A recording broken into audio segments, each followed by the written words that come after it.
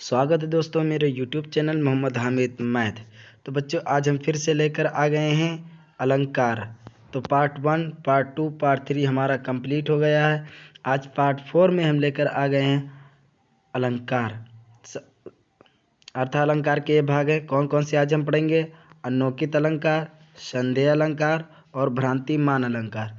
तो बच्चों हम आगे बढ़ते हैं। पहला हम देखते हैं अनौकित अलंकार।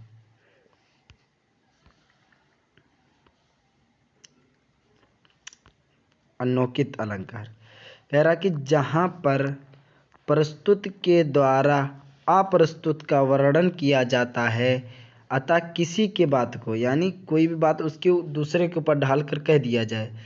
जैसे अतः किसी के बात को दूसरे पर ढाल कर कह दिया जाता है वहाँ पर अनौकित अलंकार होता है बच्चों।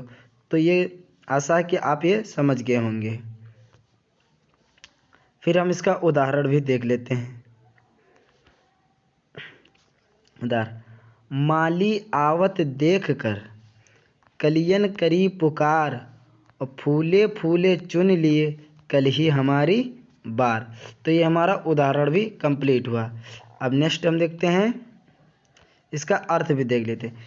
इस उदाहरण में माली कहकर मृत्यु की ओर संकेत करके मनुष्य की ओर संकेत किया गया है, इसीलिए इस दोहे में अनौकित अलंकार है।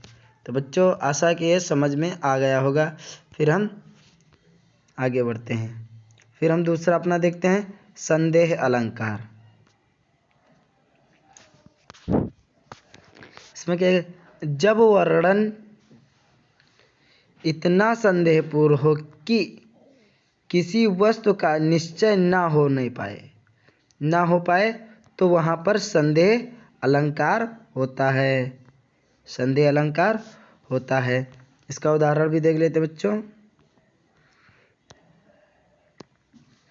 सारी बीच नारी है कि नारी बीच सारी है। ध्यान से सुनिए, सारी बीच नारी है कि नारी बीच सारी है। सारी ही की नारी है कि नारी की ही सारी है। समझ गए बच्चों? फिर हम आगे बढ़ते हैं। भ्रांतिमान अलंकार, ये हमारा आखिरी अलंकार है। यह कह रहा है जहाँ पर एक वस्तु को भ्रम से दूसरी वस्तु मान लिया जाता है, यानी एक वस्तु को भ्रम से दूसरी वस्तु मान लिया जाए वहाँ पर भ्रांतिमान अलंकार होता है। कौन सा अलंकार होता है? भ्रांतिमान अलंकार होता है। उदाहरण देख लेते हैं। बिल विचार परवीसन लगे नागसुंड में प्याला ताहू कार्य और ऊक भृंग लियो उठाए उताल। तो बच्चों ये हमारा अलंकार पूरा का पूरा कंप्लीट हो गया है। तो बच्चों